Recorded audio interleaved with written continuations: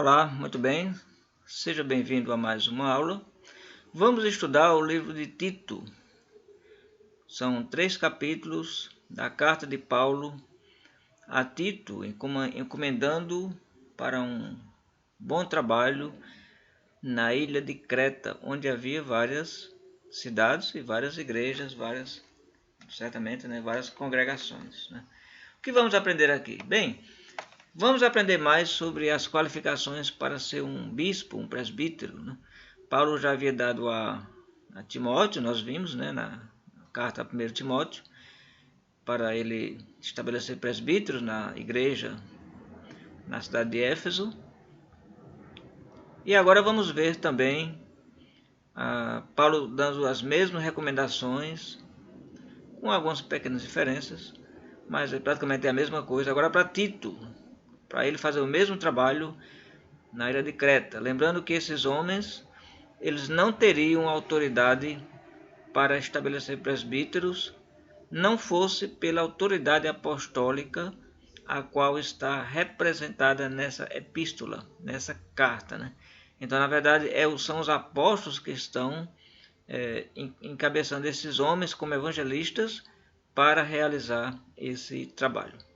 Bem, Paulo começa, como sempre, com a saudação, Você vê aqui, Paulo, servo de Deus e apóstolo de Jesus Cristo. Primeiro ele se qualifica como servo, depois ele mostra aqui que ele também é apóstolo de Jesus Cristo. E qual o motivo? Para promover a fé que é dos eleitos de Deus. Então, quando fala aqui os eleitos de Deus, você entende que são todos aqueles que creram, que se arrependeram, que se entregaram a essa fé verdadeira. Então eles passam a ser os eleitos de Deus. Para promover a fé, que é dos eleitos de Deus, e o pleno conhecimento da verdade, segundo a piedade. Essa palavra sempre muito presente. Nós vimos ela em 1 Timóteo, e aqui também piedade, que é uma vida devota, é uma vida dedicada, é ser um cristão dedicado. Na esperança da vida eterna, que o Deus que não pode mentir prometeu antes dos tempos eternos. E nós temos essa esperança, de vida para sempre, sem morte, sem fim, sem fim. Isso aguarda a mim e a você, se nos mantivermos fiéis até a chegada do Senhor Jesus ou até o momento de partirmos. E ele continua, e em tempos devidos manifestou a sua palavra mediante a pregação que me foi confiada por mandato de Deus, nosso Salvador. Então, temos aqui a introdução de Paulo, e ele agora se dirige a Tito, verdadeiro filho, segundo a fé comum, graça e paz, da parte de Deus, Pai, e de Cristo Jesus, nosso Salvador. Saudação a Tito, e agora Paulo vai expor qual foi o propósito, qual foi o motivo, qual é o motivo dessa carta, e explicar para Tito qual foi o motivo pelo qual ele o encomendou para ir em Creta. Ele deixou Tito em Creta. Ele disse: fique aí, Tito, ajuda essas igrejas aí. Então, para quê? Para que pusessem em ordem as coisas restantes. Então, havia muitas coisas na igreja que precisavam ser organizadas. Então, Tito iria ajudar nesse trabalho, junto com as igrejas, organizar as coisas, sob a orientação de Paulo, claro, pelo que ele está escrevendo, as recomendações aqui, bem como em cada cidade constituísse presbíteros. Então repare, mais uma vez a gente lembra aqui, você não encontra aqui o instituir pastor na igreja, não existe isso aqui, isso não é doutrina dos apóstolos, como já falamos, isso é tradição de homens das religiosidade atual. Quer seguir a Bíblia?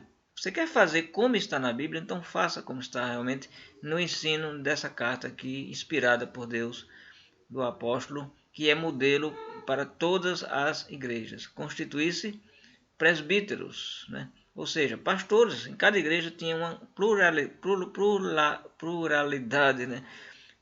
pluralidade de bispos, sempre no plural, presbíteros. Mas como constituir presbíteros? Então vai dizer, conforme te prescrevi.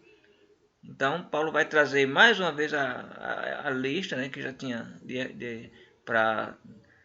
dado para Timóteo, Então, ele vai mais uma vez lembrar, Note que ele não está simplesmente repetindo letra por letra, mas são as mesmas recomendações. Alguém que seja irrepreensível, marido de uma só mulher, que tenha filhos crentes, que não são acusados de dissolução, nem são insubordinados. Então, primeira coisa, ser irrepreensível. Como ser irrepreensível? Tem que ter uma família padrão. Então, é a família que faz o presbítero, não é o curso de teologia que faz o presbítero. Não é simplesmente uma consagração na igreja que faz um presbítero, um pastor. É a família, né?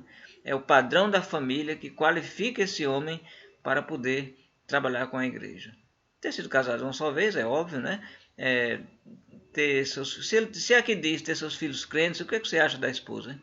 Ele não falou da esposa aqui, mas acho que está claro aqui, está óbvio aqui, né? Que com certeza, né? Ele não iria ter jamais condição de fazer esse trabalho sem o apoio da esposa na fé. Se os filhos têm que ser crentes, o que dizer da esposa? Né? Então, com certeza, esse homem tem que ter a família do seu lado, apoiando a sua fé, né? Sua mulher, seus filhos, para que ele possa ter condições de pastorear a igreja do Senhor. Então, filhos crentes e também que não são acusados de dissolução, não são insubordinados, né?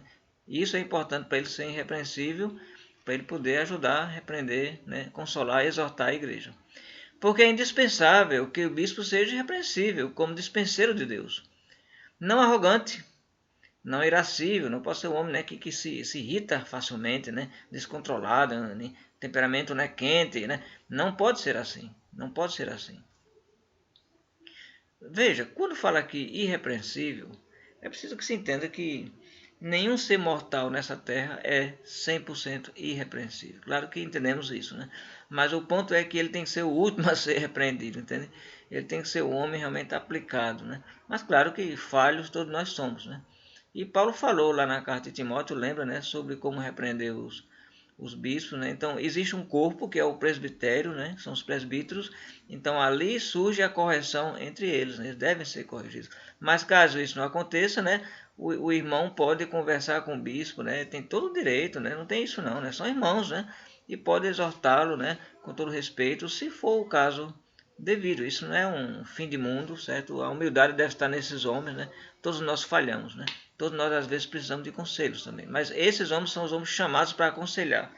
São os homens chamados para guiar as igrejas, né? É muito, assim, seria muito incomum, né? Muito estranho isso acontecer, né? Ao invés do bispo estar repreendendo a igreja, o irmão, alguém chamar e repreender. Então isso é uma coisa que não deve acontecer, né? Não deve acontecer, e se acontecer, pode ser, né, um indício preocupante, né? Muito bem, então, claro, não irascível, não dado ao vinho, na época, né? Você sabe que vinho era uma bebida, né, tão popular quanto hoje é o café, né? Então, não pode ser dado ao vinho, nem violento, nem cobiçoso, de torpe ganância, né? Por quê? Porque, na verdade, esses homens, eles recebem a ajuda da igreja, né? E uma pessoa cobiçosa, né, iria trazer problemas nessa parte, né? Antes, hospitaleiro, então, claro, né? Isso foi citado também na Leixa, lá em 1 Timóteo. Tem que ser uma pessoa que tenha capacidade de receber os irmãos, né? Amigo do bem, sóbrio, né? Justo, piedoso, que tenha domínio de si, né? Palavras que nós conhecemos bem, né? Pessoa sóbria, justa, piedosa, uma pessoa controlada, calma, caridosa, atenciosa, né? Controlada, né? Apegada à palavra fiel, que é segundo a doutrina. Então, olha, o que é ser apegado à palavra? É uma pessoa que lê a Bíblia, estuda a Bíblia, pesquisa, né? Isso é importante, porque veja o que ele vai dizer em seguida, olha. De modo que tenha poder, tanto para exortar pelo reto ensino, como para convencer os que contradizem. Então, é importante isso para combater pessoas insubordinadas na igreja. Pessoas que são, vamos dizer assim, desobedientes, né? Pessoas que às vezes não querem aceitar o ensino da palavra, né? Pessoas incompreensivas, pessoas que não entendem o texto bíblico, talvez até queiram, né, entender da forma errada. Então, você não tem que ter um bom conhecimento da palavra, pegar a palavra para contradizer, para mostrar realmente o que eu ensino. Ele tem que ter essa capacidade de contra-argumentar, certo? Não pode ser aquele homem calado, que fala pouco, entende? Que ele não dialoga, ele não trabalha, não pode ser assim, né? Ele tem que ter a capacidade de abrir a palavra e dizer, olha, irmão, é isso aqui que a palavra ensina, né? Porque existe muito insubordinado. Então, Paulo agora vai falar, né, de que, né, certamente não é só na igreja de Creta, mas ele vai citar aqui uma qualidade de homens que também estavam presentes na igreja, olha, insubordinados, pauradores, frívolos, enganadores, né? Palavras que você pode depois ver essa lista numa linguagem mais fácil, você vai ver o sentido, né? Mas são pessoas insubordinadas, levianas, arrogantes, né? Esse é o sentido, né? Enganadores, né? Desonestas, né? Especialmente os da circuncisão. O que quer dizer isso? Pessoas que vinham do judaísmo. E Paulo diz, olha, é preciso fazê-los calar, porque andam pervertendo casas inteiras, ensinando o que não devem, por torpe ganância. João já tinha advertido, né? Quer dizer, João na verdade iria advertir mais tarde, né, na sua carta, né, para nem receber essas pessoas. Né? Então havia muito isso, né, ir nas casas ensinando coisas erradas, né, por torpe ganância, ela estava pensando em ganho.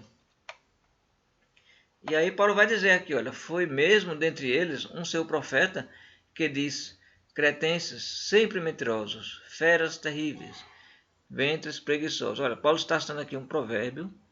Quando ele fala que profeta, não entenda que isso não é profeta da igreja.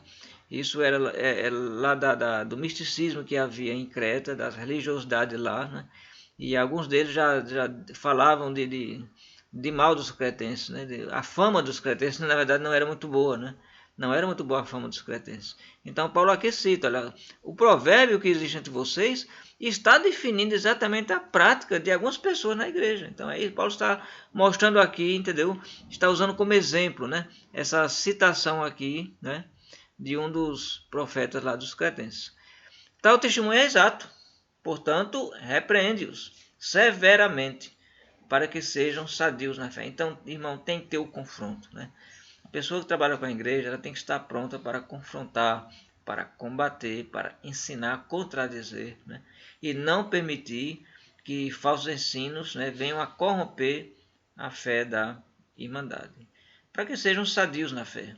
E não se ocupem com fábulas judaicas, né? Então, ele vai citar aqui, né, que então veja bem, ele falou que eram da circuncisão, ele agora falou fábula judaica. Então parece que pessoas que vieram do judaísmo vieram trazendo muitas lendas e crendices e debates, coisas de analogias entre a igreja, e isso estava perturbando os irmãos.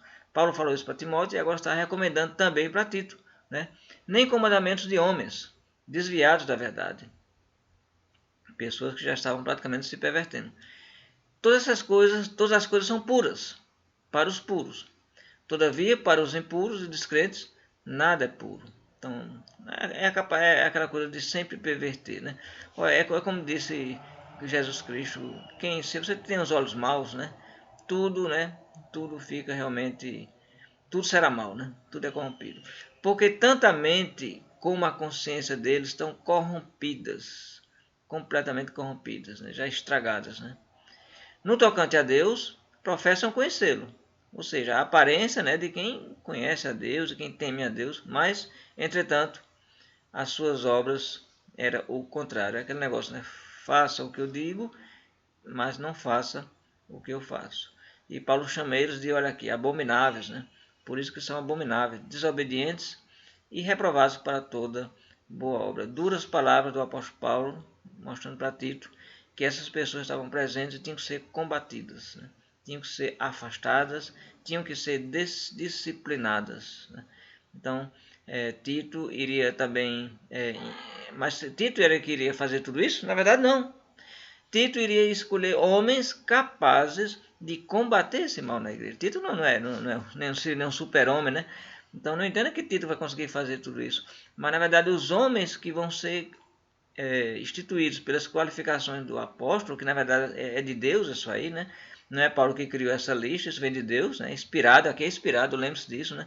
Então esses homens é que já sabem que vão ter que combater essa presença perturbadora dentro da igreja. Tivemos aqui, carta a Tito, primeiro capítulo. Que o Senhor te abençoe.